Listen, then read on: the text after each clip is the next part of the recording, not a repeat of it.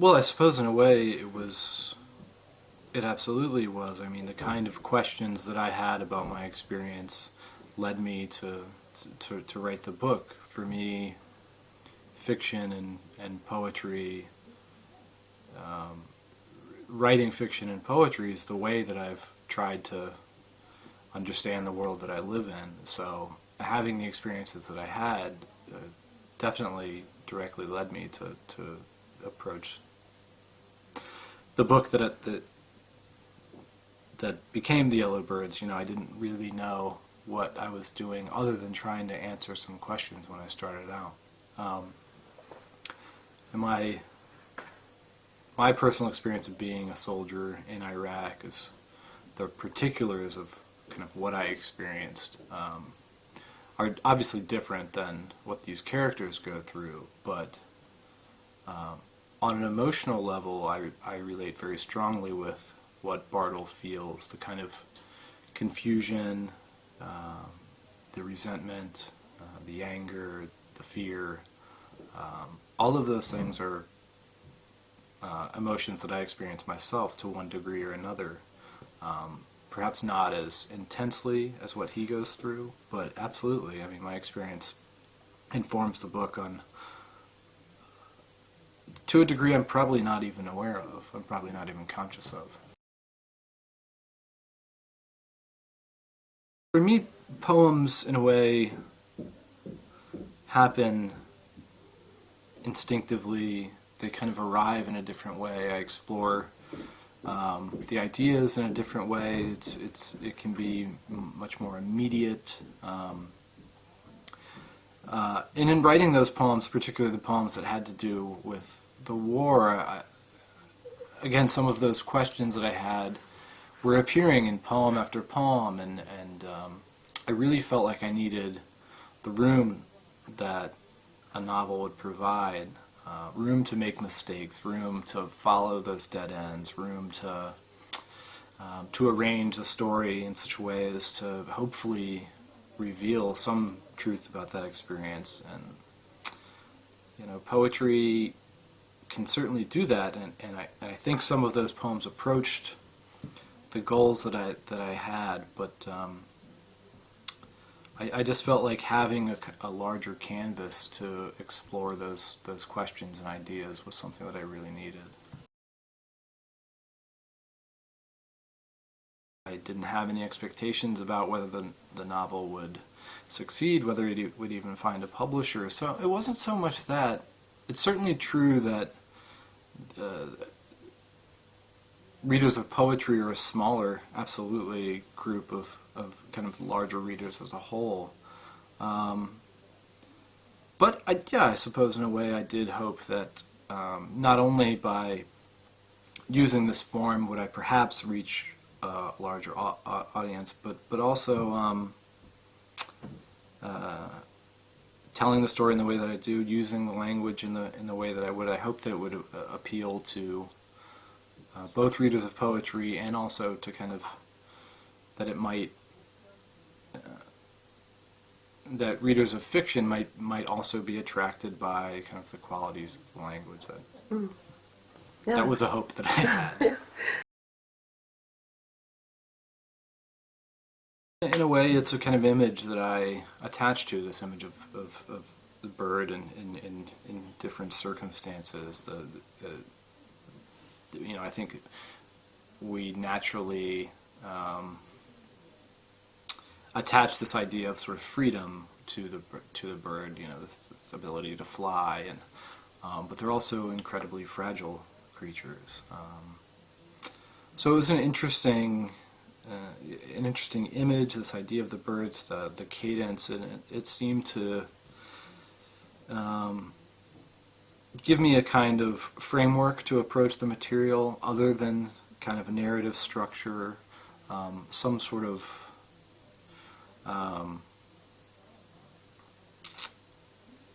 kind of waypoints that I could think about to have this idea reoccur and be present throughout the story. Almost explicitly, with the canaries in the mine, that idea of the kind of practical use of birds as warning signs, that was certainly something. It just seemed like a rich image to mine, in a way, you know, to explore the different the different connotations that would bring up in people's minds, if I did sort of weave that image in. I don't know that it's better. I think you can do some different things. So one of the things that I think fiction can do is allow us to see, to approach reality in a different way, to kind of slightly turn the lens so that it, you know, we get to see it freshly. You know, another reason that another way that fiction can approach this material, it doesn't have the same obligation to be, it doesn't require the same fidelity to actuality. So as a writer, you're free to manipulate the material to kind of to explore those questions in the way that best suits you, rather than being obligated to this idea of staying to the, you know, the facts of what occurred. So for me, that freedom to manipulate the material, to arrange the story in a way that felt true, was really important. And absolutely, I mean, those questions, the question that I was asked, I realized that you know, I didn't really know the answer for myself. So in a way, fiction was the perfect conduit to really approach that.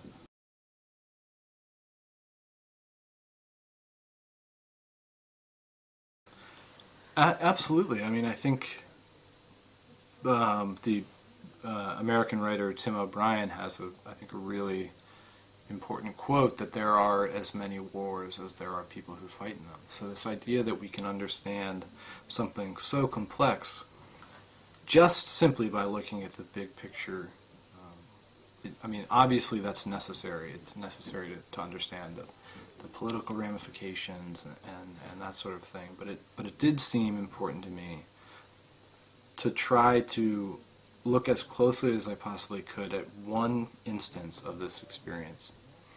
And I hope that could reveal something, illuminate something about the larger experience of the war, not just for the soldiers, but also for the citizens back home, civilians. But it did feel important to limit the scope of the story, to focus on the kind of emotional life of particularly of the narrator, because that's something that I don't think you can get just by watching the news or reading the newspaper. Yeah, absolutely. I mean, I think it's perfectly understandable to me that when someone looks at a soldier or a group of soldiers, obviously it's difficult to make distinctions between and among them. But they are individuals, you know. Soldiers are individual people with individual fears and individual concerns, and to think that there's simply one kind of this shared overarching approach or feeling about what you're doing, I mean, it's a complicated situation to be in, and there are complicated and complex responses to that, and they vary from individual to individual. And obviously in the book, you know, I try to show the danger of taking certain approaches to the war, to being in the war. You know, I think it's possible to think of these characters as existing on a kind of spectrum, you know, and Bartle, the narrator, finds himself, I think, in between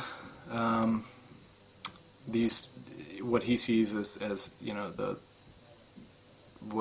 the fear of what he might become in Sterling, and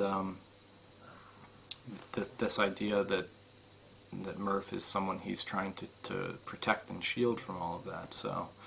So he's in a position where he's trying to find his own way through this, but also seeing these other alternatives around him that, you know, succeed or fail, as the case may be.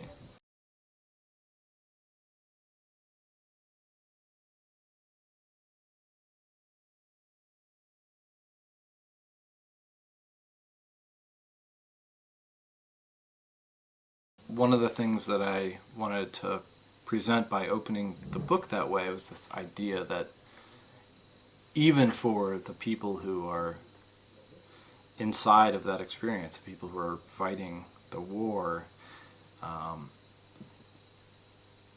there's an awareness of a kind of powerlessness, that it does take on a life of its own, and it's not something that you can control or manage. You in a way have to kind of surrender the ideas of reason. You know, it's just insanity seems to be the only kind of governing principle about war. The kind of irrational, it does seem, as you said, to be something that is immediately out of your control.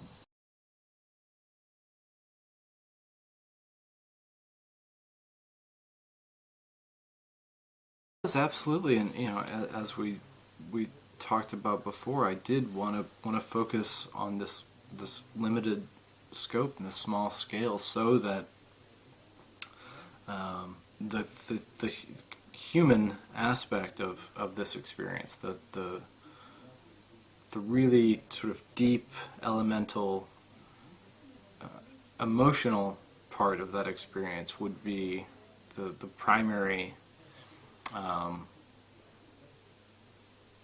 The sort of the primary way of communicating, not so much this battle happened and that battle happened, the things that we all have access to. I mean, I feel like the thing that we don't have access to, and the thing that we maybe don't understand in the same way, is this idea that each of these people who are statistics are, as you say, people. They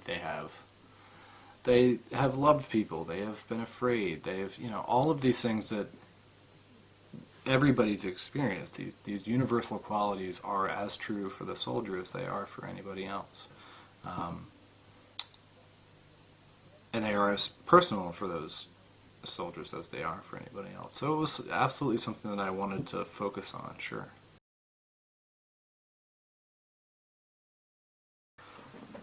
Well, I mean, I think it's important to have the information, or not the information, to have these, to have that in the culture, in the society, to have it available, to let people know that it exists. I mean, it's difficult to know what kind of impact it can actually have. I mean, that I don't know. That's hard to say, but it is important that someone says it. I mean, I feel like that is something that has to be done. Whether or not people are obligated to engage with it, that I don't know. But it does seem to me that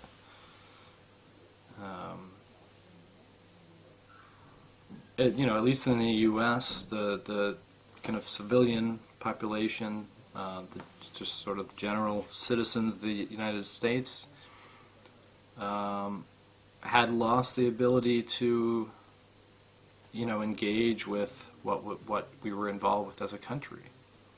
And I understand that. I mean, I understand that when you see the same thing over and over again, day after day on the news and in the newspaper, it's perfectly understandable to me that you would become inured to that and that you would turn away from that. So I hope, again, that one of the things that literature can do, that art of any kind can do, really, is show that in a new way. Show that in a way that people will want to look at, that will feel relevant again. I mean, I hope one of the things that I wanted to look at is understanding that, you know, who has the choice? Obviously, the soldiers have a choice of deciding when they want to serve their country. But once they're in the war, you know, their choice becomes to survive or not to survive.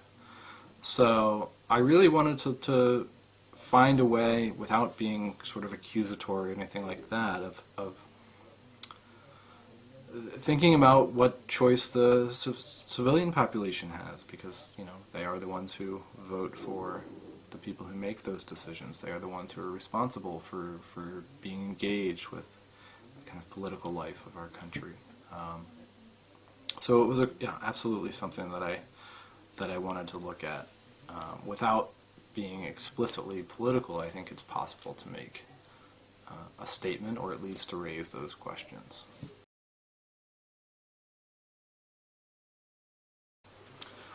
Well, I mean, for me, it was so important to include that part of the experience, and to make it of almost equal weight to the experience of being in war, because it is such a dangerous transition. It's a different kind of danger, but it's one that is not often thought about or acknowledged. I mean, just now we're starting to understand that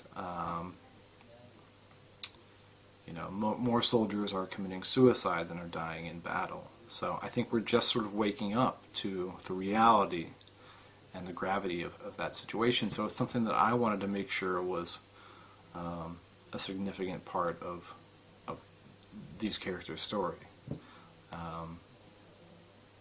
You know, so again, it's showing that they're all casualties. So Bartle is a casualty, even though he doesn't physically get injured, he's injured. And to understand, to show to people who read this that when we're making a decision as a nation, any nation, to send soldiers to war, we have to understand what really, on a very fundamental level, what we're asking these people to give up.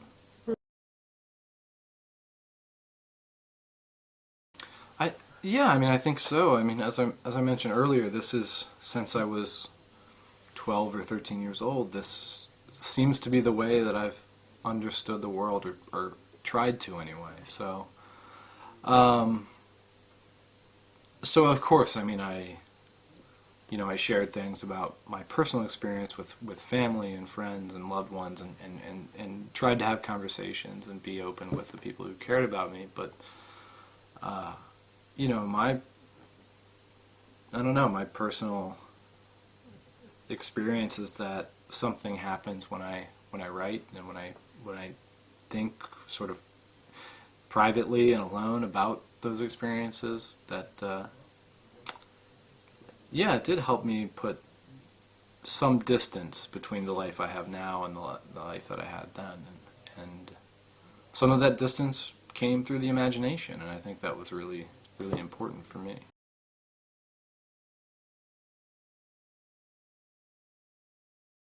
I'm not sure. It wasn't something that I didn't particularly feel like I wanted to avoid having that on there. I don't know. I mean, I think it may have been important to the publishers that I have that on there. I don't know. No, to me it just seemed like, well, not that I was asking for any kind of extra authority, but to acknowledge that, you know, these are experiences that I take this very seriously. I have personal reasons to take it very seriously. So.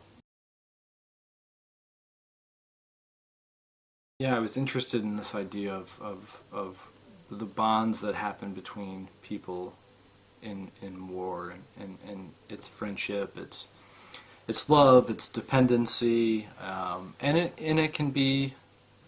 uh,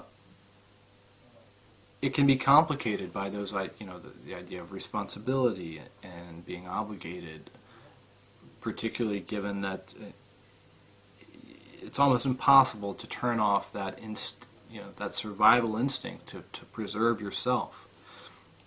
But you also have made these obligations to the people close to you. And in Bartle's case, this obligation is in a way put upon him from the outside. He doesn't necessarily choose this relationship. So for him, it's particularly when he's looking back, and given what happens in the book and the way that it ends, and the choices that he ultimately makes, I think for him, a lot of it is kind of investigating what obligations did he have to Murphy. Does that relationship that they had, his attempts to do good, does that kind of redeem the awful things that they had to experience?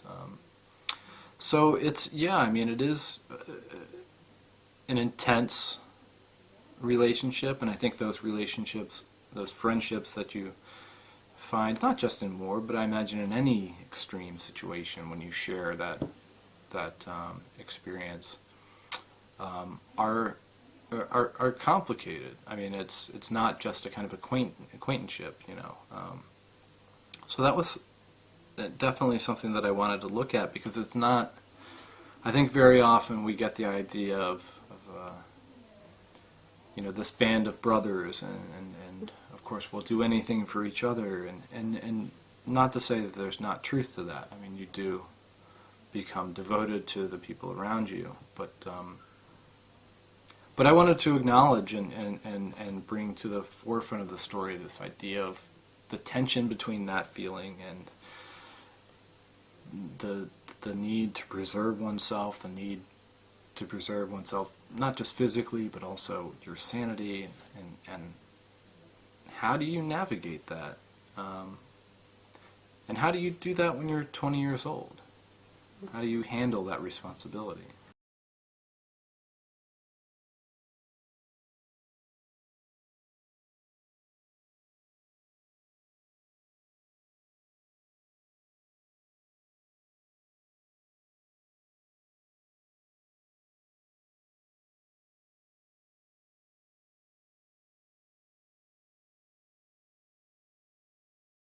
That really may have been the kind of most important thematic element of the book, was this idea of what you're left with after an experience like that.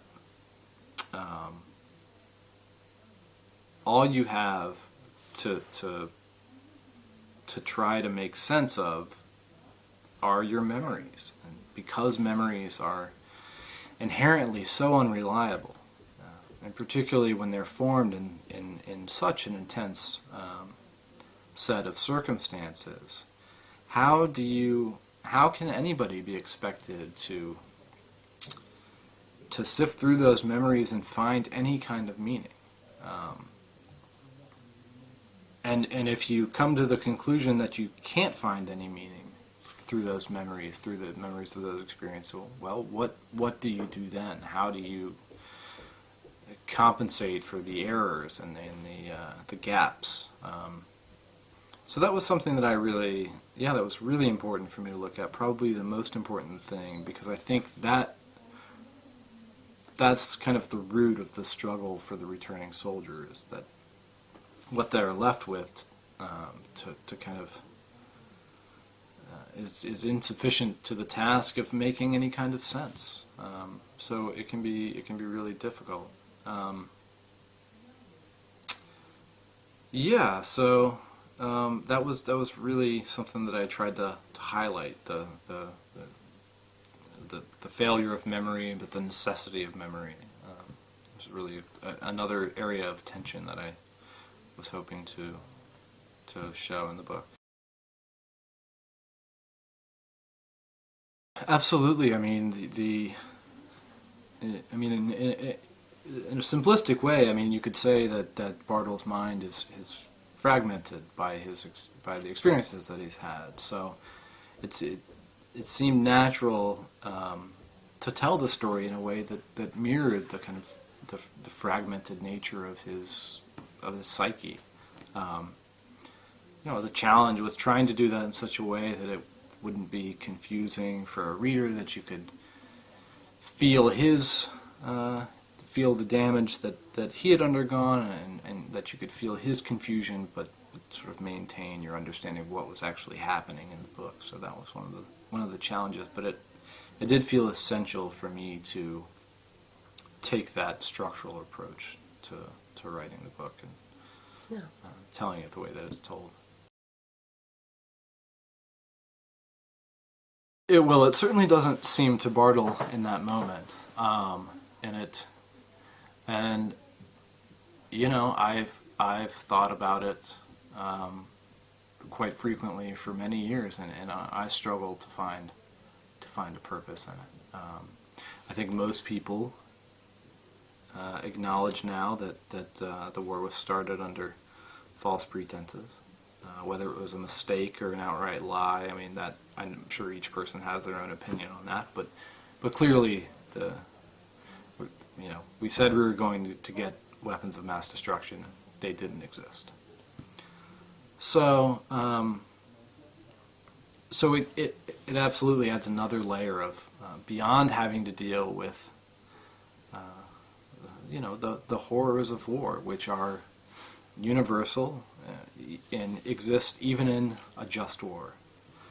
So to add in this idea that it may not even have been necessary. I mean, just the basic fact of being necessary, I think, changes the experience of I imagine it would have to change the experience of war. Mm-hmm. I mean, if you were forced to reckon with not only everything that you've done that you've seen and witnessed, but also to understand that none of it needed to happen. It seems to add another layer of tragedy to the whole experience to me. Absolutely no, and I mean again, very basically, I mean, what is the goal? And it seems like if you can't answer that question, then you should probably not start a war. If you don't know what you're trying to do, if you don't know what it's going to look like at the end, then yeah, it seems like that's a really bad position to start from. So yeah. I mean, of course, the subject is important to me. I think it's an important subject to talk about, but I think the subject in and of itself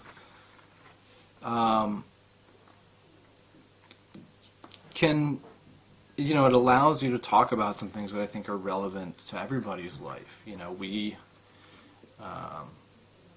We're responsible for our own actions, we're responsible for our own decisions, but there are so many other variables that are beyond our control.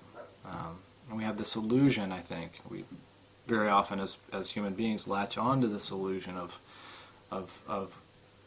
an ability to control our destiny, if you will, that isn't necessarily real. I mean, we're kind of all interdependent in a way that we probably can't even fathom. So specifically as it relates to these characters, I mean, they're trying to figure out a way that they can arrange the world so that they'll survive, so that they'll guarantee something that can't be guaranteed, because they're desperate to live, they're desperate to be out of this experience, and it becomes almost a superstitious element for them.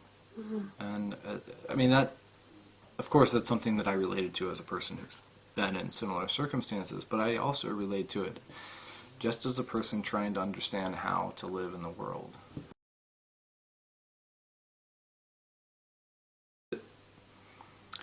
We're getting to the point where writers are starting to, writers have had time to kind of reflect on the experience of war, what it means for our nation to be at war, and I think a certain amount of time has to pass before that seeps into our literature.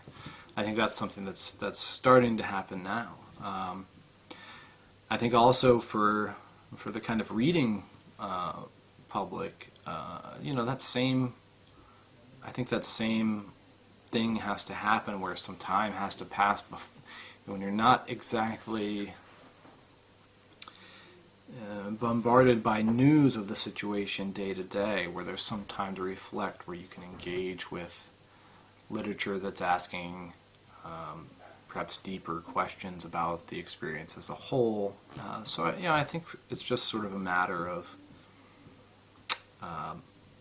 some time needed to pass before we could look at the experience of Iraq as a culture, and you know, I hope that people will continue to explore the subject. Well, you know, and I think another part of it is that, of course, it hasn't been over for that long.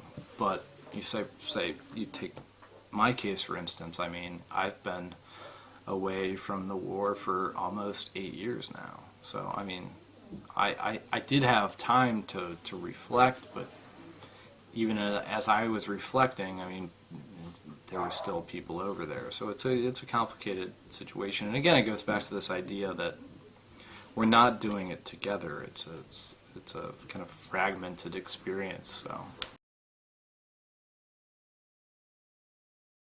I just finished a book of poetry, and certainly some of the poems are related to the war, the experience of war.